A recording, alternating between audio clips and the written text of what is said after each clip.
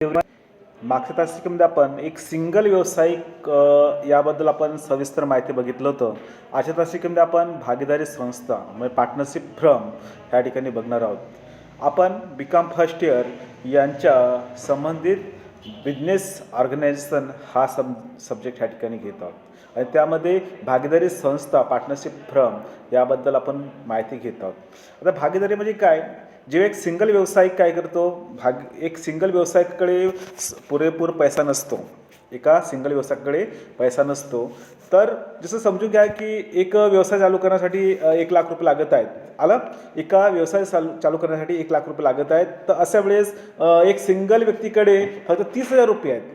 एका सिंगल व्यक्तीकडे 30,000 रुपये आहेत. तर अशा वेळेस काय करतो, आपल्याला 1,00,000 रुपये कंप्लीट करण्यासाठी, 1,00,000 रुपये जुळवाजुळव करण्यासाठी आणखी दुसरा एखादा व्यक्ती बघतो, त्याच्याकडे बाकी 70,000 रुपये आहेत की नाही, बाकी 70,000 रुपये आहेत की नाही हे बघण्यासाठी बघतो. आणि त्याच्याकडे 70,000 रुपये नसतील तर कमसे कम 45,000 रुपये असं मिळून 3 पार्टनर ह्या ठिकाणी 1,00,000च्या मागे येत असतात. आलं, तर भागीदारी संस्था म्हणजे काय की ज्या ठिकाणी जे भांडवलाची संख्या, भांडवलाची मर्यादित एका सिंगल व्यवसायाकडे असल्यामुळे, मर्यादा असल्यामुळे ती मर्यादा पूर्ण करण्याचे काम हे भागीदारी संस्था करत असते. आलं, म्हणजे भागीदारीच्या माध्यमातून जो फंड आहे हा फंड मार्केटमध्ये एक प्रोडक्शन रेस करण्यासाठी काम केला जातो. आलं,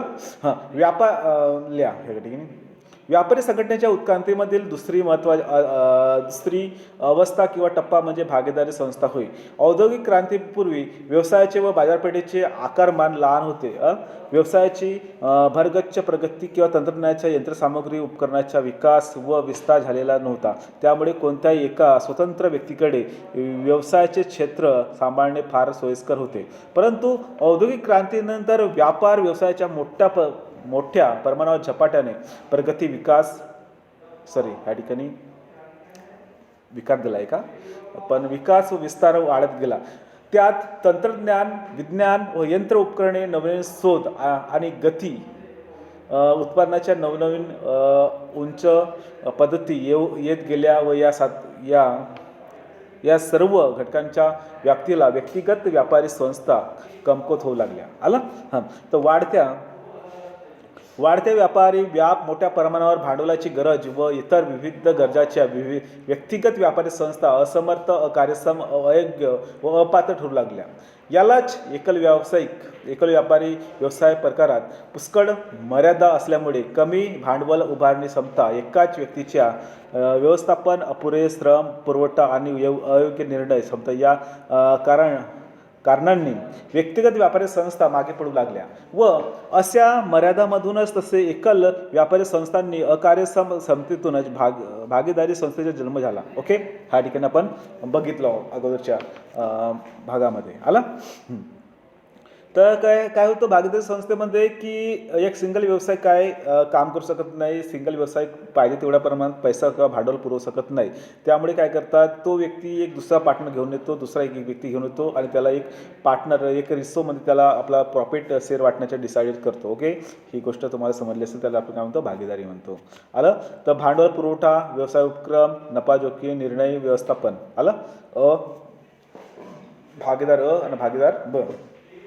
ठीक आहे, म्हणजे व्यक्तीकडे जेवढी नफा असेल तेवढा बीकडे, जेवढा कडे जोखीम असेल तेवढा बीकडे, जेवढा निर्णय क्षमता कडे राहील, निर्णय व्यवस्थापन कडे राहील तेवढी बीकडे राहील. ओके, जेव्हा 2 व्यक्ती किंवा त्यापेक्षा जास्त व्यक्ती नफा कमवण्याच्या सम उद्देशाने एकत्रित येऊन व्यवसायाची स्थापना करतात, तसेच व्यवसायात भांडवलाची समान प्रमाणात गुंतवणूक करतात, त्याच व्यवसायाचे व्यवस्थापन, नियंत्रण, धोरणे, अधिकार वाटून घेतात आणि सामूहिकपणे व्यवसाय करतात, तेव्हा त्याला भागीदारी संस्था असे म्हणतात. भागीदारी संस्था व्यक्तींना भागीदारी असे म्हणतात. आला, चला पुढे बघूया. व्याख्या दिलं नाही. भारतीय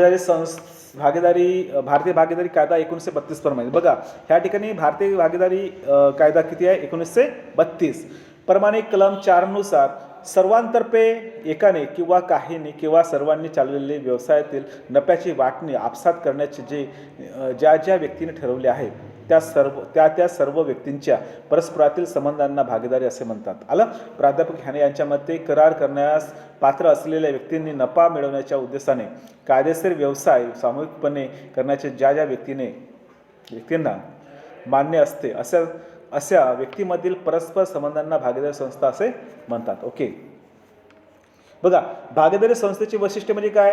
तर भागीदारी संस्थेमध्ये जे एक सिंगल व्यावसायिक असतो त्या ठिकाणी काय असतो की भागीदार एक सिंगल व्यवसायामध्ये जे स्थापना असतो इझिली होत असतो. पण कंपनीमध्ये असं आहे का? नाही. कंपनीमध्ये खूप मोठे डॉक्युमेंट्सपासून तर कॅपिटलपासून तर शेअर इश्यूपर्यंत हे सर्व प्रोसेस काय असतो? लांबलचक असतो. कुठं?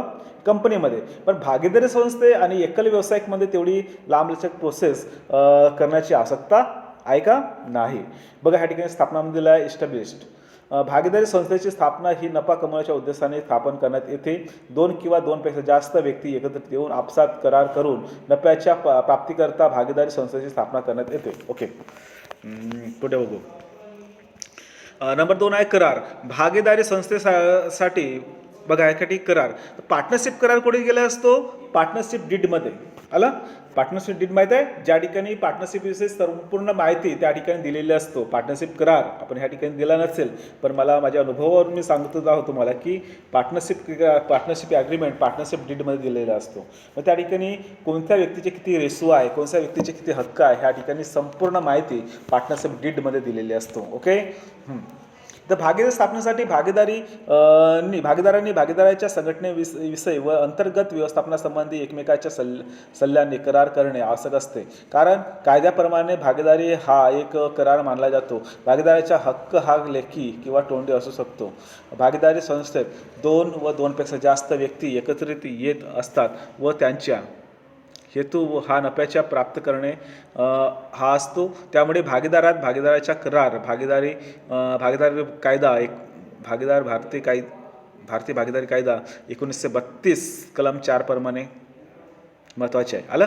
तर संख्या, तर भागीदारीमध्ये किती संख्या असणे आवश्यक आहे? कमीत कमी 2 आणि जास्तीत जास्त व्यक्ती किती? 10. आणि बँकिंग सेक्टर असेल तर 10 आणि इतर असेल तर 20 असेल. आलं. नंबर 4 आहे नफ्याची वाटणी. तर नफ्याची वाटणी कोण बाहेरच्या व्यक्तीला देण्यात येईल का? नाही. म्हणजे जे पार्टनरशिपमध्ये जे व्यक्ती आहेत त्याच व्यक्तीने काय करणे? नफ्याची वाटणी केली जाते. आलं. भागीदारी संस्थेत नफा मिळवणे हा उद्देश असतो व हा नफा कमवण्यात येणारा नफा ठरवल्याप्रमाणे भागीदारांना त्यांच्या प्रमाणात किंवा समप्रमाणात वाटणी करणे आवश्यक असते. तसेच काही प्रकारात नफ्याची वाटणी ही भांडवल गुंतवणुकीच्या प्रमाणात वाटली जाते. आलं. नंबर 5 कायदेशीर व्यवसाय. भागीदारी संस्था ह्या कायद्याच्या कलम प्रमाणे निर्माण केलेली असते. बघा ह्या ठिकाणी. आलं. कायद्याच्या कलमाप्रमाणे भागीदारीची संस्थेची निर्मिती केली जाते. आलं. त्यामुळे या प्रकारात कोणत्याही बेकायदेशीर व्यवहारांना अस्तित्व नसते. असतो का? नसतं. बेकायदेशीर गोष्टींना ह्या ठिकाणी अस्तित्व नसतं. कशामध्ये? भागीदारी पार्टनरशिप ॲक्टमध्ये 1932 मध्ये भारतीय भागीदारी कायदा 1932च्या तरतुदीप्रमाणे या संस्थेची स्थापना करण्यात येते. ओके. नंबर पुढे आहे. नंबर 6 आहे संयुक्त मालकी. भागीदारी संस्थेत 2 किंवा त्यापेक्षा जास्त व्यक्तीची एकत्रित येऊन व्यवसायाची निर्मिती करण्यात येते. त्यामुळे या संस्थेत भागीदार असलेल्या व्यक्तीची त्यात विशिष्ट प्रमाणात गुंतवणूक केली असल्यामुळे व करार केल्यामुळे सर्व भागीदारांची यात संयुक्त मालकी स्थापन झालेले असते. त्यामुळे व्यवसायांचे व्यवस्थापन, नियंत्रण, नियोजन आणि नियंत्रण यात संपूर्ण भागीदारांची सहमती असणे फार महत्त्वाचे आहे. आवश्यक असते. प्रत्येक भागीदाराचा मालक असते. प्रत्येक भागीदारीचा मालक असतो. आलं. नंबर 7 काय आहे? अमर्यादित जबाबदारी. आता अमर्यादित जबाबदारी म्हणजे काय? भागीदारी संस्थेतील भागीदारांची जबाबदारी ही अमर्यादित स्वरूपाची असते. कारण संस्थेचे कर्ज फेडण्यास सर्व भागीदार व्यक्तिगतरित्या जबाबदार धरले जातात. आलं. भागीदार व भागीदारी संस्था यात कोणतेही फरक केले जात नसल्यामुळे त्यांची वैयक्तिक संपत्ती जबाबदार धरली जाते. कोणाची? म्हणजे भागीदारीची संपत्ती भागीदार जो आहे कोण?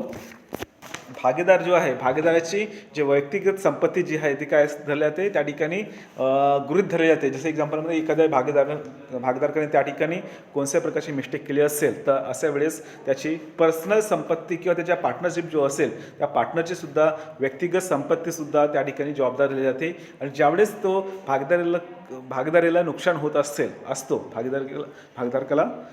भागीदारीला नुकसान होतो, लॉस होतो, त्यावेळेस भागीदाराच्या संपत्तीतून वसूल करून ते भागीदारामध्ये जे तोटा असतो तो परतफेड केला जातो. ओके. स्वतंत्र अस्तित्वाचा अभाव. तर भागीदारी आणि भागीदार याच्या स्वतंत्र अस्तित्वाचा अभाव नाही आहे, पण कंपनीमध्ये कसा असतो, स्वतंत्र अस्तित्वाचा अभाव असतो. कारण भागीदारी ज्या ठिकाणी खतम होतो त्या ठिकाणी भागीदारी संस्थासुद्धा खतम होत असतो. पण कंपनीमध्ये असं नाही आहे. कंपनीमध्ये भागधारक येत राहतात, जात राहतात. म्हणजे त्या ठिकाणी जो भागीदार आहे तो काय आहे, भागीदार काय आहे,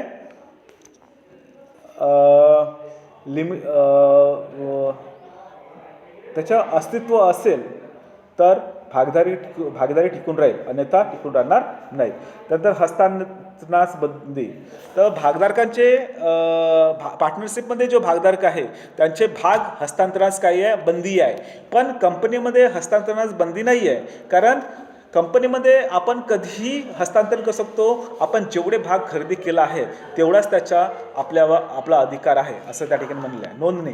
तर भागधारकांसाठी भागीदारी जी काही आहे संस्थेत नोंदणी करणे हे सक्तीचे नसून ते ऐच्छिक स्वरूपाचे आहे. आलं. पण कंपनीमध्ये जी नोंदणी आहे ते ऐच्छिक स्वरूपाची नसून ऐच्छिक स्वरूपाची आहे. नोंदणी केलीच पाहिजे असं त्या कंपनीचं आहे. आलं. भागीदार हा स्वतंत्रपणे स्थापन करण्यात आलेल्या भागीदारी संस्थेची नोंदणी करू शकतो. भागीदारी संस्थेची नोंदणी ही ऐच्छिक असली तरी बघा, महाराष्ट्र राज्य भागीदार संस्थेची नोंदणी करणे कायद्याने सक्तीची केली आहे. ओके. त्यानंतर बघा, हा नंबर नेक्स्ट आहे भागीदारी संस्थेचे गुण, फायदे, ॲडव्हान्टेज ऑफ पार्टनरशिप फर्म. आलं. तर सुलभ स्थापना असतो. भागीदारी संस्थेची स्थापना सुलभ असतो. मग त्या ठिकाणी जे प्रोसेस आहे किंवा ती डॉक्युमेंटरी आहे, ते डॉक्युमेंट्स जे लागतात ते काय तेवढं कंपनी एवढे पाहिजे तेवढ्या प्रमाणात लागत नाही. म्हणूनच भागीदारी संस्था स्थापन करणे ही कंपनीच्या तुलनेने एक सुलभ समजली जाते. आलं. अतिरिक्त भांडवल. जेव्हा एक सिंगल व्यावसायिक असतो त्यामुळे एक सिंगल व्यावसायिक पाहिजे तेवढ्या प्रमाणात भांडवल उभा करू शकत नाही. तर अशा वेळेस दोनपेक्षा जास्त व्यक्ती एकत्र येऊन काय करतात, भांडवलाची उभारणी करतात. म्हणजे अतिरिक्त भांडवल ह्या भागीदारीच्या माध्यमातून आपल्याला भेटत असतो. ओके. नंबर नेक्स्ट आहे, नंबर 3 आहे कार्यक्षम व्यवस्थापन. म्हणजे एक सिंगल व्यावसायिक व्यवस्थित व्यवस्थापन करता येत नाही. पण अशा वेळेस 2-3 व्यक्ती एका लेवलचे व्यक्ती आल्यामुळे त्याचे ठिकाणचे जो व्यवस्थापन असतो एक व्यवस्थितरित्या असतो. आणि त्याचे जे व्यवस्थापनची ॲक्टिव्हिटी असतो किंवा व्यवस्थापन करण्याची ॲबिलिटी असतो ते दुप्पट तिप्पट होत असतो. म्हणजे त्या 3-4 व्यक्तीच्या अनुभवातून आणखी प्रोसेस पुढे वाढत जातो आणि त्यांच्या विकासामध्ये त्याच्या कामामध्ये गती येतो. ओके. त्यानंतर स्थिरता. तर नंबर 4 आहे स्थिरता. स्थिरता म्हणजे काय, भागीदारी संस्थेला धैर्य स्थिरता असते. कारण व्यवसाय स्थापन करताना 2 किंवा 2पेक्षा जास्त व्यक्ती हे एकत्र पद्धतीने सहमतीने व्यवसायात समाविष्ट होतात आणि व्यवसाय सुरू करतात. त्यामुळे एखाद्या परिस्थितीत भागीदार हा वेळा मरण पावल्यास भागीदारी बंद पडत नाही.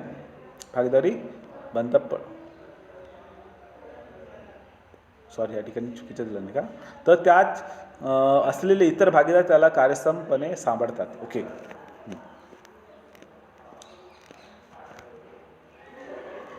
लवचिकता. भागीदारी संस्थेत मोठ्या प्रमाणात लवचिकता आढळून येते. कारण भागीदार यांची संख्या कमी असल्याने केव्हाही कोणत्याही स्वरूपाचे निर्णय त्वरित घेता येते. किंवा घेण्यात आलेला निर्णय त्यात विशेष बदल करता येतो. भागीदारांच्या व्यवसायात भागीदारीशी चर्चा करून करारात बदल करता येते किंवा इतर महत्त्वाचे निर्णय घेता येते. त्यामुळे भागीदारी ही एक लवचिक स्वरूपाची व्यावसायिक प्रक्रिया आहे. नंबर 6 आहे जोखमीचे वाटप. एकल व्यापारी संस्थापेक्षा या पद्धतीत भागीदारी संस्था जास्त असते. त्यामुळे भागीदारी संस्थेत होणाऱ्या जोखमीचे किंवा हानीचे वाटप हे सर्व भागीदारांच्या समप्रमाणात वाटणी करण्यात येते.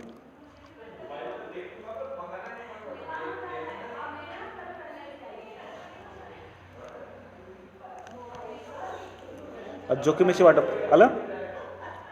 सहजतेने विसर्जन. आता विसर्जन म्हणजे काय, जे भागीदारी असते ते सहजतेने आपल्याला तिला समापन करता येते. म्हणजे भागीदारकांच्या विसर्जनासाठी कोणत्याही कायदेशीर कराराची अंमलबजावणी करण्याची गरज नसते. भागीदारी सहजतेने विसर्जन करता येते किंवा सदस्यांना 14 दिवसाची पूर्वसूचना देऊन भागीदारी बंद करता येते. श्रम विभागणी. आता भागीदारी संस्थेत एकापेक्षा जास्त व्यक्ती एकत्र येत असल्यामुळे विविध कामाची आपापसात श्रम विभागणी केली जाते. म्हणजे भागाची कामाची वाटप केली जाते. ओके, करत असतात. प्रत्येक भागधारकांच्या कार्यक्षम पात्रता नेतृत्व शक्तीनुसार भागीदारात विविध कामाची वाटप करण्यात येते व त्यांचा फायदा हा एकाच व्यक्तीवर कामाचा ताण येत नाही. ओके, व्यावसायिक गुप्तता. आता भागीदारी संस्थेमध्ये कमी लोक असल्यामुळे त्या ठिकाणी व्यावसायिक गुप्तता महत्त्वाची असते. गुप्तता राखून ठेवतात ते लोक. पण कंपनीमध्ये अशा पद्धतीने नसतं. कंपनीमध्ये असं की लोक येतात, कधी येतात कधी जातात, याची काही नोंदणी नसते. आणि त्याचप्रमाणे व्यावसायिक संस्था भागीदारी संस्था ही एक लिमिटेड व्यक्तीमध्ये असल्यामुळे त्या ठिकाणी गुप्तता जी आहे ते राखली जाते आणि त्यामुळे कंपनीला भागीदारी संस्थेला जास्त प्रमाणात प्रॉफिट होत असते. ओके, यानंतरचा टॉपिक आपण भागीदारी संस्थेचे तोटे आपण नेक्स्ट तासिकेमध्ये बघणार आहोत. धन्यवाद.